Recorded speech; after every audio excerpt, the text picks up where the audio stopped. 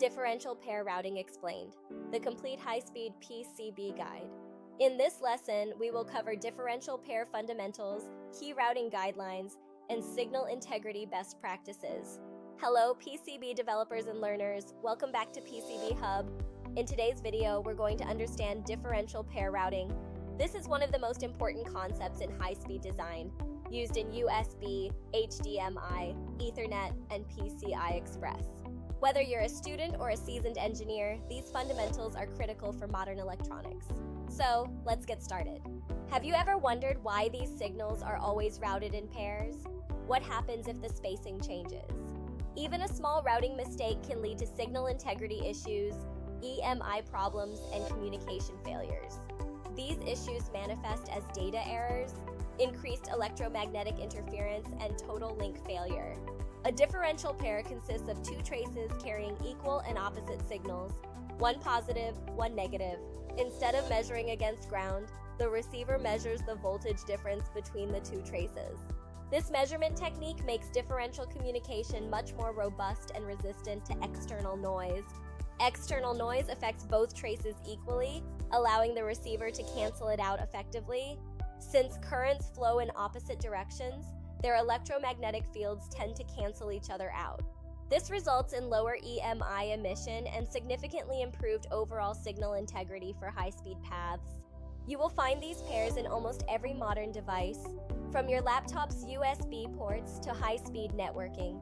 Ethernet, HDMI, PCI Express, and LVDS all rely on these principles for high-performance communication. Our first rule is maintaining constant spacing. This is crucial for maintaining the pair's differential impedance. Variations in spacing change the impedance and can negatively affect the signal. Constant spacing ensures stability. Maintaining that stable impedance is the key to ensuring reliable communication across the entire routing path. Remember, constant spacing equals stable impedance. Avoid any unnecessary deviations. The second rule is length matching. Both traces in a pair should have equal electrical length to avoid skew. If one trace is longer, the signals arrive at different times. This timing mismatch is known as signal skew. We use techniques like serpentine routing to match lengths, ensuring both signals arrive simultaneously. Length matching is non-negotiable for high-speed signals to reach the receiver at the exact same time. Our third rule is to avoid sharp corners. 90-degree bends cause impedance discontinuities and reflections.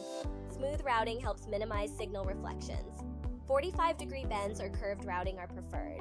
Always aim for the smoothest path possible. It maintains the physical and electrical symmetry of the pair. Avoid those sharp 90-degree corners to keep your signal integrity high and reflections low. Finally, always route differential pairs above a continuous reference plane. This is vital for return currents. Crossing plane splits disrupts the return current path, which increases EMI and degrades your signal. A solid reference plane helps maintain predictable impedance and ensures the best possible signal performance. Never cross a split in the ground plane. Keep the return path direct and uninterrupted. To tie it all together, let's look at the difference between good and bad routing practices. Good design follows our rules for spacing, matching, and planes. Bad design ignores them, leading to failure. Maintain constant spacing and match your trace lengths. These are your foundational signal integrity steps. Rule 1, constant spacing. Rule 2, length matching. Keep these at the top of your checklist. Avoid sharp corners and always use a continuous reference plane. These ensure long-term reliability. Rule 3, smooth routing. Rule 4, continuous ground plane. These complete your high-speed design toolkit. If you found this helpful, please like and subscribe to PCB Hub. Thank you for watching, and I'll see you in the next video. Design, learn, innovate.